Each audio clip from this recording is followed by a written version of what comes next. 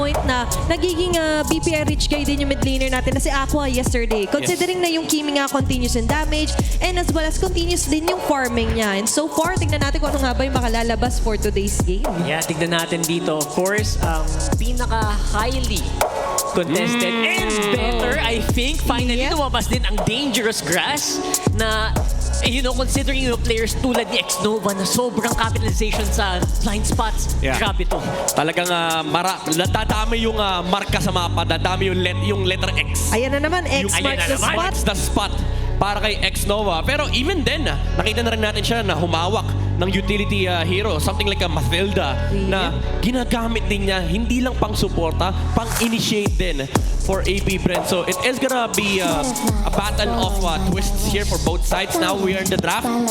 Open ang YSS para sa Twisted Minds. Apbr, open pa yung 1-1 din. So kailangan din pumili ng isa unless gawin nila yung ginawa ng Onyx Philippines kahapon na binigyan ng 1-1 yung TLPH. And unfortunately, 1-1 kasi yun eh. Yun eh.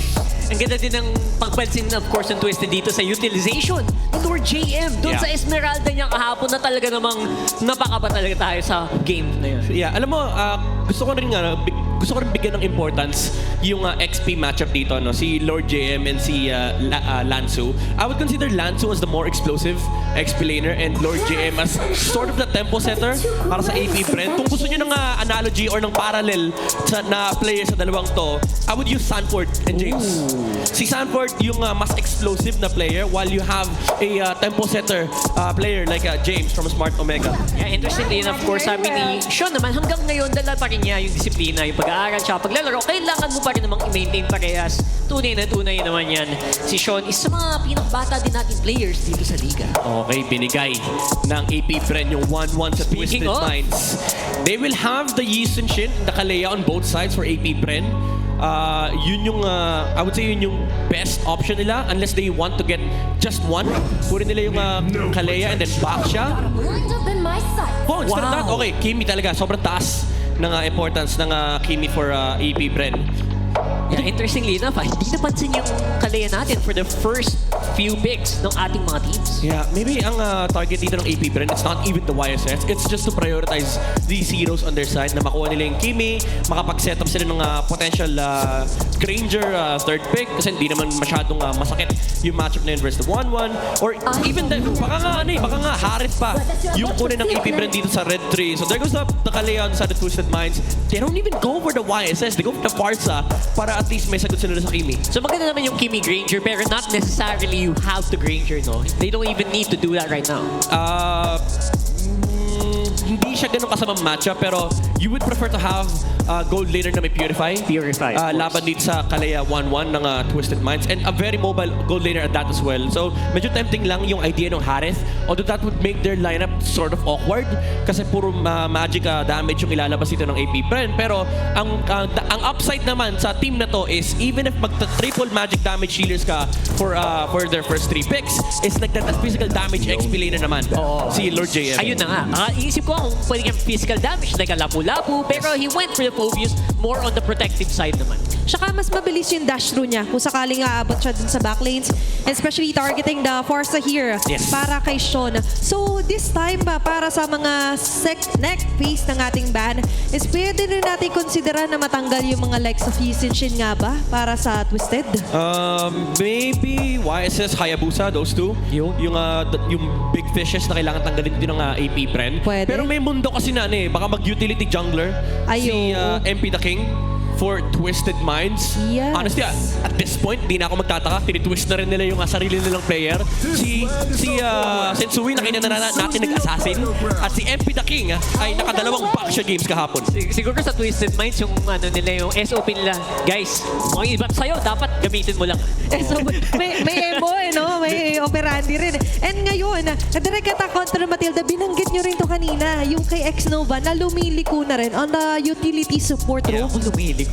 Ang mahirap dito guys, yung liko ng Apbr, hindi lang left turn yan hanggang left turn yan hanggang 180. Pa-U-turn na. Full 360 yata yan. Kasi excuse me, pwede mong i-180 to kasi yung back siya, hindi yan necessarily na jungle na agad for James Punks. Paborito ni Coach Jeff to, lalo kapag hawak ng red side, yung last pick James Punk slot. Oh, you're right. Kasi bigla siya naglalabas sa mga Lucas. Yes. Suyu na siya nag-debut this season. So considering na may triple flex or somewhat double flex pa nga sila dito sa Baksha, it's safe to say talaga na parang hindi maapektuhan sobra si James Yeah. Banks. Kasi din masama back rope doon. No? Yeah. Especially against 1-1, you put up the Revitalize or even the Vengeance. Banggain mo lang yung 1-1 sa team fight, pasaluhin mo yung crossbow of Thanks, and then you open up a lot of space for the Phoebus to work with. That's why I honestly think na napakaganda ng Phoebus Red 3. Kasi tulad ng sinabi ni Athena kanina, you answer up the backline, yung kina-counter mo yung touch yung 1-1, and pang-cancel ka din sa Predator Strike. May gatot kachang pa nga pala by the way na open na pwede pa rin at pasok kung sakali man. Yeah, Kasi true. kahapon, in 3 games na nilaro ng Apbr, kung nagkakamali, puro more on the fighter or tanka. Utility nga yung nagamit niya. That Yes. was the Uranus on the jungle as well for game 2. Yeah. Ang tanong ko dito for AP Bren is, do you get the gold lane now para at least ma-flex mo si James Banks hanggang dulo? Actually. Kasi kung gold lane ka rito, I think Granger or Harris. Rises when I give the word. Actually, I was gonna say, ang ganda nga sana ng Granger dito. Pero they go Khalid first. Again, they don't need to rush Okay. the gold lane, I guess. Okay. Interesting decision to go Yeah. for the center Khalid. So wild. They lose the flex, pero meron silang sagot doon sa Farsa, meron silang sagot sa 1-1 kasi may tatangke. Ang daming tatangke actually nung crossbow of Tank. True. But for Twisted Minds, I do like this matchup, yung Glue versus Phoebus. So kahit pa paano may control dito kay Lord JM. Now, jungle, hero for MP the King. Pwede ka mag-utility, pero with the presence of Glue, pwede ka magiging greedy rin as well. Pwede ka kumuha ng assassin dito for Twisted Minds. I think pwede nga. Kasi you want more damage here para sa Twisted Minds. Covered naman na ng Kalea and as well as ni Lanzo yung front nyo eh. And additional pa yung Surge of Life with a passive. Ngayon, for AP Brent, tricky kasi nahuli si Shizu. Alam na agad natin kung ano kasing XP, Roman, even the jungler. Super interesting nung Moscow ban, by the way. Naka 1-1 na yung Twisted Minds. Pero feeling ko ano lang dito, out of respect kay Shizu, lalo sa late game aspect ng AP Brent. Split push ng late game, no? Yeah. Yun yung nakapagpanalo sila na ng Game 1 yesterday. Yes. Ng 25-minute game. So now, question dito, do you go for a normal gold laner like a Harris, Granger? There you go. Alright, there you go. Kasi may mundo na may mundo na flinex nila yung Khalid sa gold lane. Scary. Scary Kinabahan ka, ako. Kinakabahan ako dyan, ha? Ay. May mundo lang naman. True naman. Hot take yan. Multiverse lang. Pero you're right. Yeah, they need the Granger kasi they need to reach yung 1-1. They need to reach the Farsa. Madami kailangan gawin yung Granger dito. Yes. And so far, nakita naman natin na on the hands of Shizu, the Granger is in safe hands. Pero specifically, magkasama na naman ang Kimi at Granger Midnight. Yeah. Yun nga eh. Parang hindi chinek ng Twisted Minds yung keys to victory na nailatag nito ni Wolves at the Howl. Pero may sarili naman sila kasi may baon silang 1-1 this time around. Although, again, medyo may answer dito yung AP Bren. They have the Khalid, they have the Baksha, and they have the Phoebus. Ang worry mo lang dito is yung damage factor ng AP Bren is reliant if malalockdown nila yung mga targets tapos may glue sa side ng Twisted Minds. Yun na nga, tingnan natin kung makakapag-collapse ba sila ng maganda with this lineup or will Twisted Minds be able to punish dito sa ating unang match Welcome ng to araw na to. Mobile And we are on dangerous grass for map number 1. I'm expecting early gangs kung sakali. May Khalid din naman na pag-jump in dito ang side ng AP Bren. Yeah. Ayan na. Alam mo itong draft sequence na to, maraming kasi nagtataka bakit lumulusot to yung 1-1 ngayon. I think teams realize na with this map changes, parang yung dangerous grass ay sobrang delikado para kay 1-1 pero sa middle lane. Mas delikado pala yung buhay doon, Nicoloy.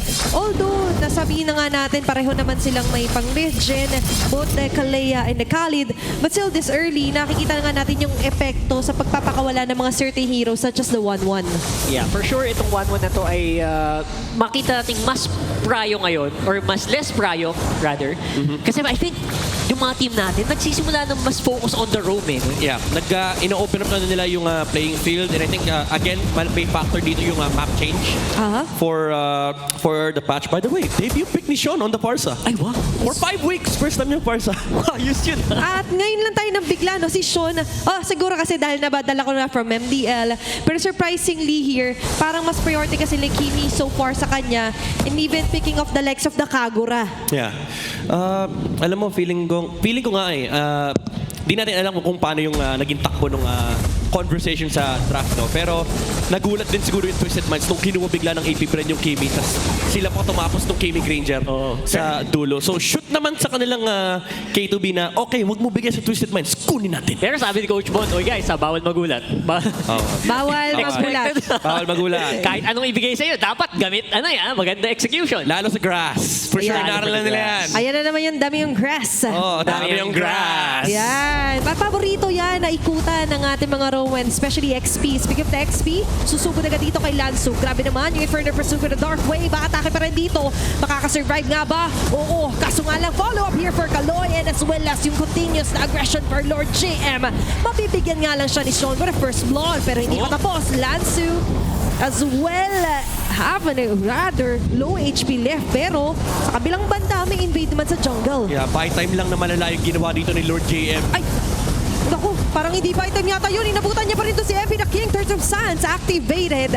And mukhang makakapag-steal pa sila ng purple buff. Grabe naman nakuha ng Apbr dun sa exchange na yun. Ito yung pasok na pasok sa keys to victory. Hyper-aggressive play mula sa Apbr. Again, yung buy time ni X-Nova tsaka ni Lord James sa taas, it forced out two important ults. Yung Hayabusa Shadow Kill and then yung Feathered Airstrike ni Farsa. Habang si James Banks, trabaho lang. Kinuha niya yung pagawang, di pa siya nag-retry and dumiretso kagad sa purple kasi alam nila walang ulti yung Haya. At grabe naman yung dedication nila dito. Even committing the Raging Sandstorm just to get Kaloy out of the map. Parang only games ngayon ang gusto ng Apbr. They really wanna maximize yung kadid na to para ma-push si MP the King. Sige, hindi na muna akong hihinga.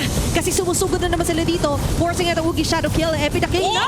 Stun and those going to be immobilized here. Grabe naman yung timing with the Starlum Beam dito ni Aqua. Yeah, by the way, isa sa mga bawal mong gawin yan, yung pag-Hayabusa ka, uulti mo yung backsha. Wag. Kasi roll nyo lang siya, gagamitin niya lang yung backsha shield unity, and every single time, he will catch you right after the ulti. And unfortunately, may naka-layer na stun mula sa Kimi. And AP, Bren, just total control in this early game. Yeah. Natiis lang yung basically yung mga shuriken. And this is what I was talking about yesterday na grabe yung mastery sa pag-commit ng timing ng Starlum Beam ni Aqua sa Kimi. Kaya yun talaga yung pinakababatay mo. After the traction pulse, laging merong additional pa na layer dito si Aqua. At kakasabi ko pa nga lang din. Ngayon, mapapadash out and flicker committed para sa dalawang mid lane natin for Twisted. Ito yung yung pinag-uusapan natin kanina, yung double marksman setup, yung early aggression na pwedeng lumabas dito from AP Bren. In fact, to any team na hahawak nitong ganitong klaseng composition, especially with the backsha, pwede kang humarap ng humarap lang kasi hindi mo kailangan intindihin yung buhay ng backsha kasi pipindutin niya lang yung ulti niya. Ang ganda, anti-kulong, anti-collapse ng Apbr. Right now, hindi din makalapit si Kaloy. Walang target na mapili yung Twisted Minds. Grabe no, kahit makalapit man lang, sisilip lang naman pre, ayaw nyo pa rin. At ayaw silang palaruin dito ng AP Bren. Even denying the jungle creeps dito sa kamay nila MP the King. And there's a huge formation kung sakali man. Pero mukhang disiplina muna at nagtatago dito. Traction pulse committed. Jumping in na rin dito agad sila X-Nova. Committing the Raging Sandstorm as well. Kaloy trying to run away. Magsasucceed naman. Pero ito na yata yung showtime para kila MP the King. Umaamba. Nandiyan pa rin naman yung Shadow. Pwede siyang bumalik. Pero mukhang hindi na muna babalik dyan ang Twisted Minds. Andy palo din kasi. Ito yung mga games na sana naglulita na lang ako eh. Ang daming projectile, boy! Para at least may pansalag ka, no? Kasi parang hindi enough yung suntok natin. Dapat yung suntok nila binabalikan sa kanila eh. Kaso walang balik. Yun yung problema ngayon. Imagine mo, usually yung Khalid, talagang malaki yung lamang niyan sa early game versus sa Kalea. Pero because of the fact na ang laki ng advantage yung composition ng AP Bren, hindi natin maramdaman yung crowd control na meron sana si Kaloy to pick off heroes kasi ang daming susustain. Yung back siya, okay lang mabuhat siya. Yung Popis, good luck buhatin yan. Si X-Nova, pag binuhat mo, sasabay pa yan. Mag-quick sandstorm, magpapahinga sa harap mo. At masasaya pa siya pag sa kanya mo ginamit yung Raging Sands or rather yung Tsunami Slam mo. And kontrapelo din kasi yung nangyayari ngayon para sa Twisted Minds. Gusto nilang mag-farm, but at the same time gusto nilang gumanti ng kill. At ngayon sila na yung tatayuhin ng AP Bren. Let's tanking all of the damages. Andiyan nag-grab-grab. Kaso kinakapitan niya ngayon ay medyo delikado. Nakapokus sa kanya mga barel at gatilyo na magagaling dito kala Shizu. There's no way out. Na-layer pa yung immobilize. And that's going to be a kill para kay Shizu. Pero may trade sa baba, nakakuha ng Tore, yung 1-1. Uy, malaking bagay din. Especially on yung habol eh. Habol momentum. Ang ginagawa ngayon dito ng Twisted Minds, they need all the gold they can get, especially kay Nosha. Yeah. At this point, ito na yung offline na body sacrifice. Kailangan talaga kapag lalaban yung Apbr, may ibibigay kang katawan True. mula sa Twisted Minds. Baka kung wala na spasyo yung 1-1, makapag-farm din yung Hayabusa. Kasi if hindi nila gagawin yun, sunod-sunod lang yung magiging objective takes dito ng Apbr. Actually, kapag nag-1-1, pag max attack speed lang ako, tas konting damage. Okay na. Sige, game na tayo eh. Again, taste muna tayo. Kumbaga tease muna Oo. and habang nahihirapan pa sila maghanap ng target, might as well take advantage na busy yung Apbr and maghanda ng mga members. Go on the safer route muna para sa isang 1-1 ni Nosha. Yeah. Pero there is no safe route ngayon para sa Twisted Minds, lalo ng Apbr. Sobrang likot sa mapa. Yeah. Ngayong nasa 7 to 8 minute mark na tayo. Basically, ito na yung mid-game portion for these two teams. Sobrang laki ng importance ng river control kasi hindi mo gusto nga hayaan na makagalaw lang yung Twisted Minds ng payapa sa mga mapa, Oo. mga lipat ng linyong 1-1 basta-basta. So itong ginagawa ng Xnova, super important to na may 4 na control sa kabilang side ng mapa tapos sinisilip niya yung kabila. Ayan, no? Pero ngayon, masisilip din si MP The King. Binato ng gulong. At hindi man lang makakahawak ng purple buff niya. Grabe yung pambubrus ko. At yung sabi ko, brute force na naman ng way dito yung Apbr. Alam nila yung win condition nila. In fairness, ginugutom nila yung Hayabusa ni MP The King. Yep. Kailangan eh. Ito yung strike ng lineup nila and ito yung requirement sa ganitong klaseng composition. Kasi if hindi nila ipe-pressure itong Twisted Minds, libre yung magiging farm ng 1-1 at ng Hayabusa. Ngayon, yung Twisted Minds, kailangan nilang mamigay ng resource sa 1-1 and magsasuffer talaga si MP The King. Kaya ngayon, nararamdaman din nila yung software. Pagdating sa damage, instant na naman ang pick-off. Kaso nga lang, hindi yata enough yung magiging damage na may babataw dito ng Twisted Minds. Minsan nga lang ay medyo madadali ka at hindi yung minsan ay nagiging madalas para sa Twisted Minds. Nosha and lands you down. Ano ba kadalas ang minsan? Once per minute? Yun ba? Ganun ba kadaming beses nila kailangan mag-suffer dito sa game to para lang mapatagal ang laro? Pero so far, pinapabilis ng Apbr. Ang mahirap doon yung minsan na nakuha nilang chance, hindi pa sapat. Inabutan ni Kaloy, si Lord JM, binuhat nila yung Phobos papasok sa Tori. Ang ginawa lang ni Lord JM, nag-flicker, sabay talon doon sa 1-1. And una pang namatay, una pang tumumba si Nosha. Kasi pag talon ni Lord JM, nandun din yung kalid. Di Wala ba? naman tayong hugot Napabuti. dito, no? Just to clarify, Wala tayong mga naman hugot po. dito. Wala tayong naman. hugot dito. Wala. Pero kailangan humugot ng isang matinding play dito ng Twisted Minds kasi sa ngayon, Lord na ang paglalabanan nila. Oy. And very crucial din ngayon yung positioning sa may balbas ng Lord. Papasok si James Pass, padadala na naman si Lanzo, yung frontliner ngayon ng Twisted Minds. Medyo naiipit sa sitwasyon, pero mas maiipit pa na si Lord JM. Mahuli na sa wakas dito nila Kaloy. Inilala yung pilit dito ni Lanzo sa Lex Nova, pero yung mga bala na magagaling kay Shizu ay natama pa rin. Survive. Sean, humahabol. Pero speaking of habol, hahabol dito sila James Pass. Last is down. There's going to be a shotdown kill here para kay Sean, pero makakalipan mo na Oh my God! dito si Nosha. It's set on Nosha na naman. Nakawala ang mga dapat makawala para sa Twisted Minds at wala nang kawala pa si James Banks. Oh my goodness, Sean! Well, falling down. That's going to be multiple men down para sa Apbr. Oh my God, this mid laner from Twisted Minds finds the snipe on the Granger. By the way, sobrang importante na nakita ni MP The King na naglakad sa balbas si James Banks. Alam nila roll na palabas yung back siya and then inattempt na yung shadow onto the Granger. Kaya yung focus ng Apbr, hiwa-hiwalay kasi si Shizu nakikipagpatintero dun sa Hayabusa. So hindi niya mailabas yung kanyang damage output and then tumagal yung team fight. Nakapag-dash out ng konting damage dito si MP The King. Si Lanzo na zone niya yung ibang member sa Apbr. And then Sean finding those heroes on the backside, sniping Shizu away. Yun yung hinahanap dito ng Twisted Minds. Si Shizu parang may sumusunod na drone sa kanya na nag-wings by wings dito si Sean. Shizu hinahunting ang laser focus so far. Sean is going crazy. Hinahunting niya yung Kimi at yung Granger. Exactly what Twisted Minds needs. Ay, kaya pala nila pinakawalan. Babantayan naman namin eh. Yeah. At ngayon, bantay sarado nga. Yung kaninang lead na meron ng Apbr, na-delete na ng Twisted. In fairness, medyo maaga din yung turn ng Apbr. Usually, pinapababa talaga yung buhay ng Lord para at least yung Hayabusa or kung sino man yung jungler ng kalaban, malilito kung kukontest pa sila or lalaban sila. And at that time, yung Twisted Mind, sabi nila, okay, gusto nila lumaban, laban din tayo. Okay, conceal, pero fake lang muna. Wala muna tayong engagement.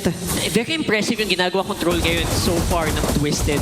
Apbr, again, yung sinabi mo, Vinday, parang very micro na error siya na hindi mo usually mapapansin. Yeah. Pero parang ang laki ng impact sa laro, biglang napalit yung tide. Tsaka ano din kasi sinubukan nilang patayin si Lanzo. Binuhos ni Aqua, ni James Banks at ni Xnova lahat ng skills sila para lang mag-flicker dito si Lanzo. And yun yung masakit eh. Flinikeran lang sila nung glue nag. Second skill, pumatong kay James Banks. So talagang nahati yung atensyon ng Apbr. Hindi natin nakita yung brute force approach na ginagawa nila kasi binuhos sila sa glue tapos nag-flicker out lang. True naman. And again, yun yung pinakatrabaho ni Lance. So far, 0-3 pero I think he is doing the job that you give a glue sa puntong ito. Now, Apbr, kayo na. Mag-anti collapse pa ulit tayo? Anti gulong na ba tayo? Or will they go another route? I think kailangan nilang mas maging kumalmado. So far, Sion is doing as much as he can on the course. Warning shot eh. Grabe no, naglagay agad ng linya hanggang dyan lang kayo. Do not cross. Beware. Caution. Tumawid si Shizu eh. Isang step pa lang eh. Oh, tumawid si Shizu, sabi ni Sean, oy! Bawal yan! Hanggang dyan ka lang. Ayan eh. Pinituan. Pero ngayon, nasisimula na agad. Lanzo agad matatagal ang Apbr. Magsasucceed yata sila sa pagtata para makakaligtas. Sapat yung magiging stack ni Nosha para makapag-crosswalk na. Pero abutan nga ba? Hindi eh. Raging Sandstorm na commit na dito. There's going to be a Tsunami Slam counterplay para dito kay Koloy. James Banks committing directly as well para makakaligtas. Going for the shadow kill doon sa pinakalikod si MP the King. Kaso kapalit na to ang buhay ni Nosha. Sila live and kicking din si Lord JM na maglilipat pa ng targeting onto Kaloy. That's going to be a 2-for-1.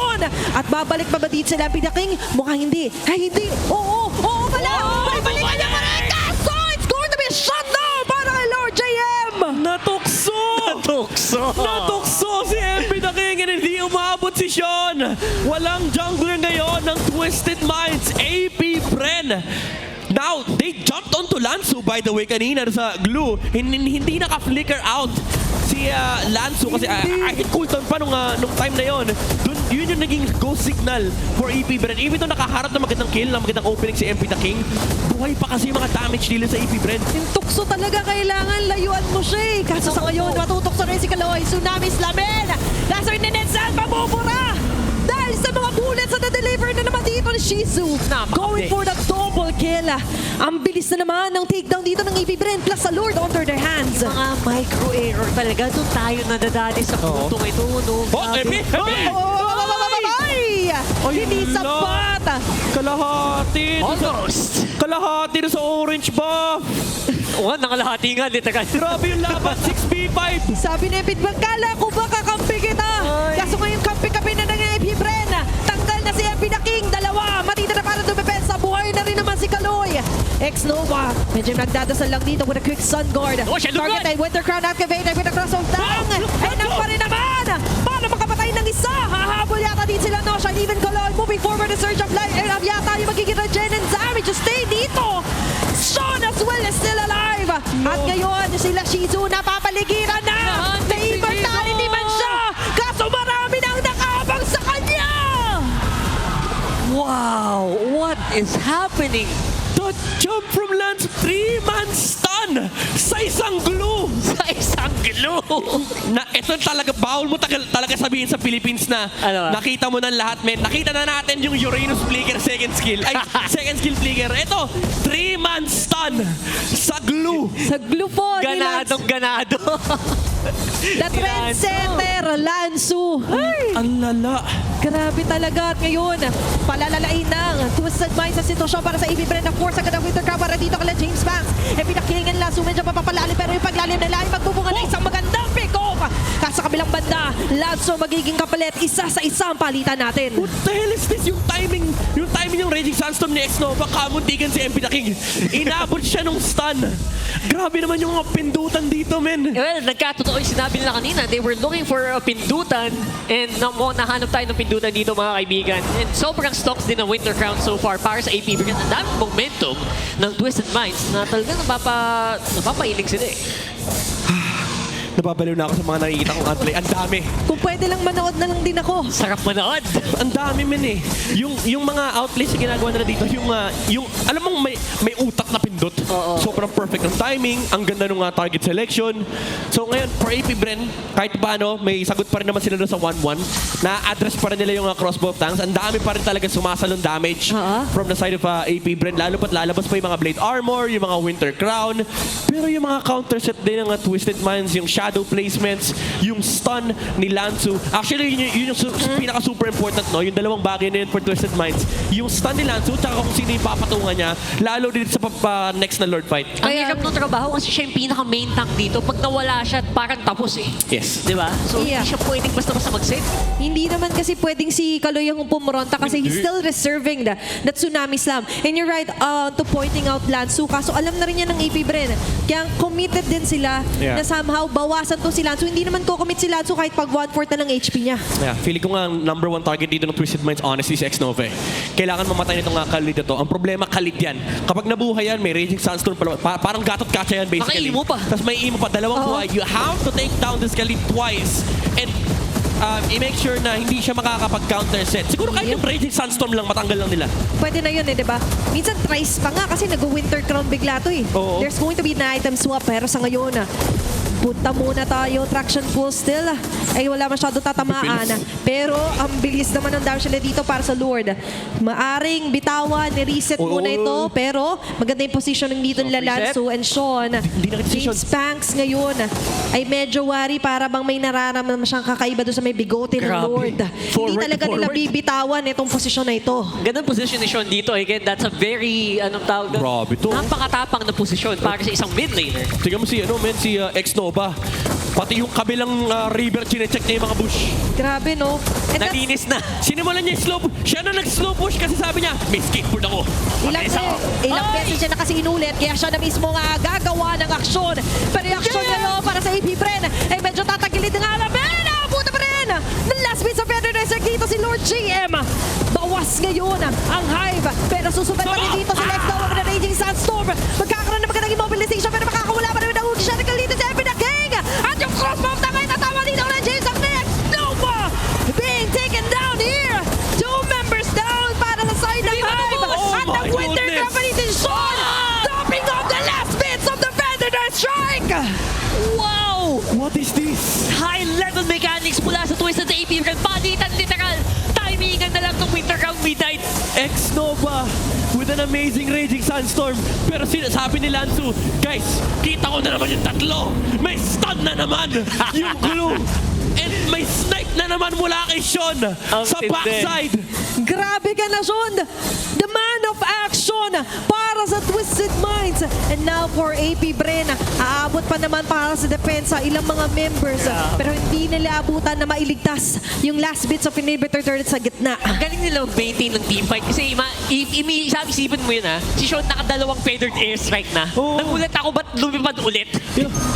Tsaka, ang malupit dito, men, yung stick sila sa trabaho nila. Oo. Kahit ano mangyari, sabi nila, hindi ako tatakbo. Work Yung only. Lahat ng flicker ko, flicker papasok. Kahit sila siya sabi niya, hindi ako alis dito, Winter Crown, balik ulit sa trabaho. So I think yung gulat factor na yun also ginagamit talaga ng Twisted Minds to its full advantage. And dahil doon, meron silang Lord kayo na naglalakad doon sa taas. Yeah, ang genius ng approach nagsimula yung laban na yun kasi umalis si X-Nova sa Lord position kasi alam niya kaya niya mag-slow push. Pero nandun kagad yung punish mula kay Kaloy.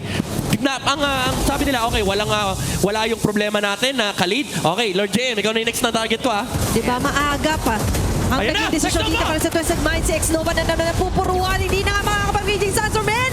Kasi madadali agad with the burst na magagaling dito sa Twisted Minds. Lord Jem going in with a further pursuit. Pero sila yata yung i-pursue dito ng Twisted Minds. Taking the head of Lord GM. Kapilang banda naman si Lanzo magiging kapalit. Pero okay lang kasi kukunin ng Twisted Minds ang pase. Taking game number 1. Beautiful game number 1 mula dito sa Twisted Minds. Talaga namang sinagad ang mechanics ng kanya-kanyang hero ng buong line-up na ito. Oh my God, beautiful level BB. Ang ganda. Beautiful level BB. Ang saya ng mga kapatid ni Nosha. Oh, easy lang. Isa lang, isa lang. Ang lala. By the way, sa last team fight na yun, Kailangan ko ng replay mamaya, pero I think, pagkahuli kay X-Nova, umabot kagad yung crossbow tanks, tapos nilipat niya kagad sa Granger. So, I think nagkatotoo yung sinabi nila, no? I think naging laban ng pindutan ng high-level mechanics itong game na to, at least game number 1. Yeah. It started with, Apbr having full control of early objectives, yung Reaper control, nako-control din nila yung damage yung 1-1 Yes. kasi basically negligible pa. Non-existent pa yung yung threat ni Nosha sa early game. Pero it came down to one small initiation ng Apbr na flicker ni Lanzu palabas. So nawala yung resource ng Twisted Minds, and then Sean and MP the King went for the punish. And then unfortunately yung punish na yun for Apbr is lumalaki na yung damage yung Feather Strike, and nagiging threat na yung sniping capabilities ng Hayabusa. And playing the hero that way as well. And by the way, untouchable nga si Sean all throughout game number 1. Wow! At may buff pa! Ayun. Grabe naman. Gusto ko lang magtrabaho, pero our game 1 MVP is going to be Sean. Totoo yan. Siya ang maging MVP dito. I have to really highlight, aside from yung mga pitas niya kada Shizu nung mid-game, it's impressive kasi nakita ko kanina, kahit lamang ng 3.2k yung Apbr, 3-0 si Sean sa kanyang Farsa. Yung din kasi, yung gamit niya ng wings by wings, again, early stages, super defensive kasi alam niya may Phobius, may back siya. Yung distance niya, spacing niya sa team fights, he's always making sure na hindi siya abot ni Lord JM. Even with the flicker distance, napakalayo lagi ni Sean. And then, threaten niya lagi yung Feather Strike. Sometimes, nirarush niya lang makadalawang bagsak, aalis na siya. Kasi para lang bad tripen yung back siya, yung Phobius na, oy, andito ako. Joke lang. It's effective. Kitang-kita naman natin yun. Yep, even sa positioning niya sa Lord, who would have thought na mage, pasugot, tapos nandun siya sa pinakabalbas. Abante. Wala dun yung roamer, wala pa yung XP. Sabi niya, una na ako pre ha, ako na muna sisilip. Na-imagine ko yung pakiramdam ni kanina ni Shizu kanina Imagine mo, Granger ka, naka-purify ka, hinahabol ka ng Farsa. Parang wala na talaga Katapusan mo na Ang malapit doon, talagang dahan-dahan ginapang ni Sean na parang, oy, wala kang dash, wala kang purify. Ito yun, Ayan, yan yung unang Feather Strike. Nakaharap si MP nating na entry point sa likuran. Kasi Shizu, medyo distracted. Kinailangan pa niyang mag-loop back doon sa likod ng Lord. And ayan na, nag-dash. Paikot. Ayan si Sean. Oy. Sa minima po.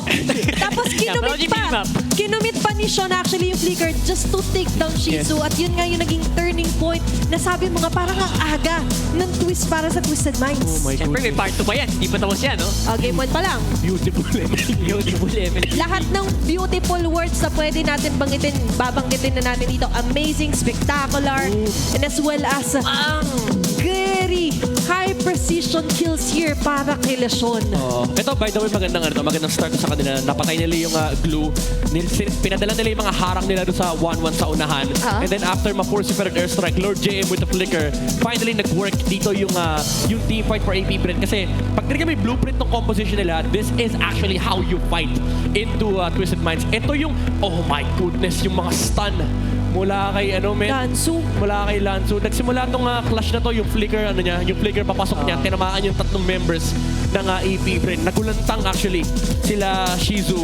And sa sobrang gulat niya, siya kagad yung napatungan ng glue. I think yung may gulat factor nga kasi yung glue dito. I think hindi din in-expect na, ba't may ganun? Sabi ng Apbr. Yeah, and considering na yung glue, talagang ito sila. So gumagamit siya ng mga heroes na we never thought possible na ganito yung mga playstyle na angkop. First the Uranus, now the glue onto his hands, committing 3 men stun, jumping onto the front line ng Apbr. Kaya sabi ko, I think they're pushing the boundaries of ano ba dapat yung mechanics ng mga hero na to. Breaking the limits Ang lala ng winter crown tayo. Parang sabi niya, don't teach me how to play the glue, I'll teach you. Pagbaba ni X-Nova, umabot yung stock, nailipat na sa Granger. Kaya, What is this? that was beautiful, honestly. Beautiful game so far. This is MLBB. This is PHMLBB. Ito ang pindutan talaga. Oh my God, ang lala. Namamanifest pala, Rockard. Manifest. OA na akong OA, pero dito nyo lang sa Pilipinas mapapanood yan. Tama Ito naman. yung klase ng brawl na gugustuhin mong, sige, next round. And that was a 20-minute game though. Again, it's still very impressive yung nagawa dito ng Apbr, especially nung early game. Hindi natin naman ikakaila yun na parang pwede lang ituloy-tuloy sana yun yung laro ng Twisted Minds, parang lahat ng possible response ng Apbr, basang-basa nila eh. Oo. Lalo yung mga pindutan na nakita natin mula kay Sean, nung ginamit niya yung Feather Strike, ang binag sa kanya, by the way, dalawa yung tinamaan, si Kimi at si Granger. Na-force niya naman yung mga mobility spells. Yes. Pagbagsak ng dalawang beses, kita niya na naka-charge yung traction pulse. Ni-ready niya na yung Winter Crown. Na-dodge niya yung traction pulse. Basically, walang naging sagot mula sa Apbr. Tapos si Sean, ang ending lang, wala kayong nagawa. Siguro nakapanmagdamag to, no? Kitang-kita niya naka-charge. Yeah, at yun naman yung kabaligtaran na nangyari kay Aqua kasi MP the King was able to reach yung isa sa kino-consider nga natin na dapat free hit na Kimi. Tsaka pasok na sa MO eh. Diba may isang clash na sinabi natin, ang kailangan nilang hanapin si X-Nova. Si X-Nova, nag-adventure time, pupunta ng baba kasi Slow push. ang lupit eh. Hinahanap niyo ako. Maganda yung idea, by the way. Kasi siya, pag in-slow push siya yung baba, makaka-respo kagad siya. Mabilis eh. May skateboard. May skateboard eh. Bilis eh. Nasa river. Pero ang sagot ng Twisted Minds, okay, wala na si X-Nova, hindi na siya problema. So may luxury ka na, yung Tsunami Slam, pwede mong gamitin kay Lord JM. And ang kinagandahan doon, ang tindi ng follow-up. Yung Twisted Minds, pagkatapos sila makita yung Khalid doon sa baba, ang bilis ng response mula kay Kaloy. Conceal, tinanong na kagad si Lord JM. Sean, tatlong Feather Airstrike sa Phobius, yung pang-apat, hinintay nilang mabuhay si Lord JM. Unfortunately, na-expend pa yung flicker niya. So, nawalan siya ng flicker for the next fight. Pero si Lansumin, automatic yung takbo niya doon sa likuran. Sabi niya, bawal kayong sumagot ha. Diba? Tama ka naman doon. Ilang segundo lang yun pero they made the most out of it. Yes. Sa ilang segundo lang, napabalik pa lang si X-Nova. And you're right, considering na, sige, Lord JM pa lang naman yun nandito, bigyan na natin agad. But despite that, Game of si Shizu is still gonna be the PPI. Tahimik lang, no? Tahimik lang nagbatrabaho. Yun eh. Work only, no? Personality. Yeah. In fairness, no, it looked like it was gonna be a free game for the Granger kasi medyo unstoppable yung laro ng Apbr up until a certain point. Pero yung farm ay hindi mo matatanggal kasi ang dami rin nakuha ng Apbr earlier on. Yung kills na nakuha din ni Shizu, yung mapa na take over dito ng Apbr. But again, the story was, it came down to the team fight execution from Twisted Minds. Kaya nagkaroon talaga